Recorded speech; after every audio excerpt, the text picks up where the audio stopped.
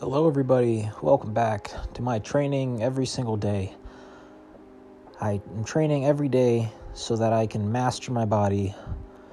I'm taking great inspiration from the monks in the Shaolin temples who've trained every single day from birth until I don't know when, but they train a lot every day. And they seem to get better and they seem to age well.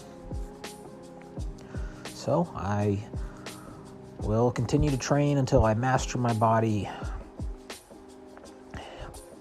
I do this exercise here specifically to strengthen stretch the chest and strengthen some range of motion behind the back for an air chair.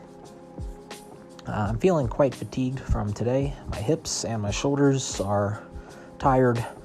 So I think in the next coming days I will do some isometrics to train the tendons instead of the shoulders.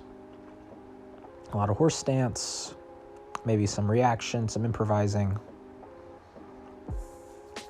Who knows, maybe I'll bust out a dance move for you, show you what I really can do. But I hope all of you pick a plan that you know the time frame that you're training for. Are you doing a training program that you can do forever until you die? If not, that's fine. But you got to know that you're going to get older, and the training has to be sustainable for as long as you want to sustain life.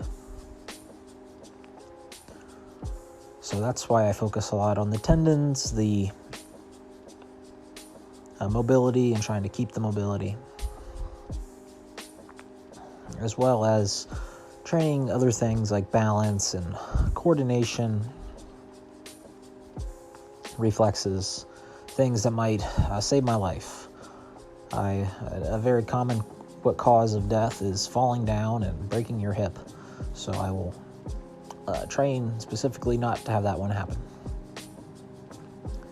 Practicing falling, rolling, acrobatics will make you overall more resilient, with the slight risk of the activity being risky itself, but the enjoyment that I derive from it is well worth it.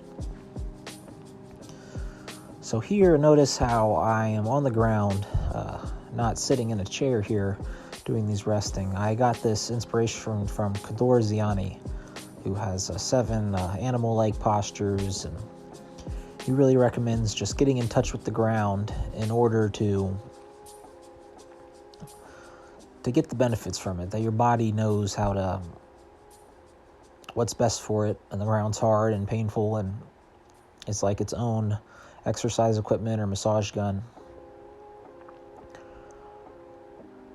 I'm working specifically this straddle handstand so that I can do a one-arm handstand, and here, this is probably my best handstand weight shift. I was in a good amount of control. It was pretty good time spent.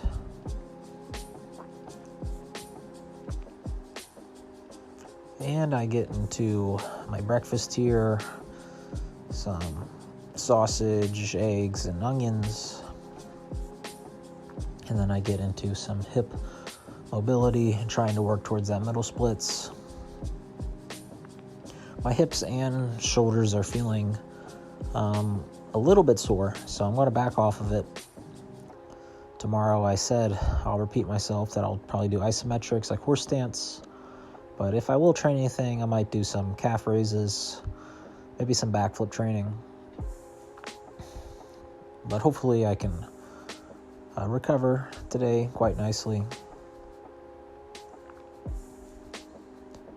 and we'll get my strength back to be able to do some press handstands, which I have lost the ability to, if you couldn't tell from the morning attempts at doing it. And I can't really do a press handstand right now, but here is a new exercise for me. The 90-90 position was, I always kind of did it, but putting the weight out in front of you really makes the exercise easier to perform, and therefore easier to put in the work to fatigue yourself with the movement. So yeah, now my hips are feeling it from that. Holding the weight out in front of you, it just makes it easier to perform correctly and easier to fatigue yourself. Here is an isometric leg leg hold that it's just from like breakdancing, which I like to do sometimes. This is just kind of the position you're sometimes in. So I feel like building some strength at the position might be somewhat useful.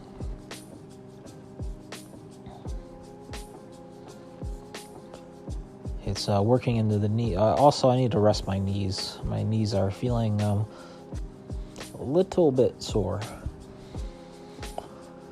So I'll give them a little bit of a rest, maybe a week or two.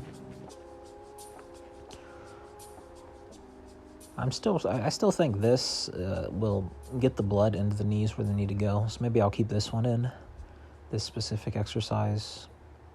And this was my dinner. Some garlic, peppers, and spices, turning into some pasta, spaghetti and meatballs. Made the same dish as yesterday. I didn't use as much butter as I needed to make the sauce, but it's okay. And here is the nighttime stretching. I only do the butterfly stretch and the bridge as my fatigue in the hips was. I don't push the hips because one time I worked my hips out really hard, and I pushed it too hard, and I learned my lesson from that, not to push my hips too hard. I'll just let them rest. So tomorrow, I'll probably do some more fun stuff. Coordination, reactions, improvisation. So if you made it this far, thanks for watching. Please like and subscribe. And share the video with someone else you want to join into the lifelong movement. So thanks for watching, and bye-bye.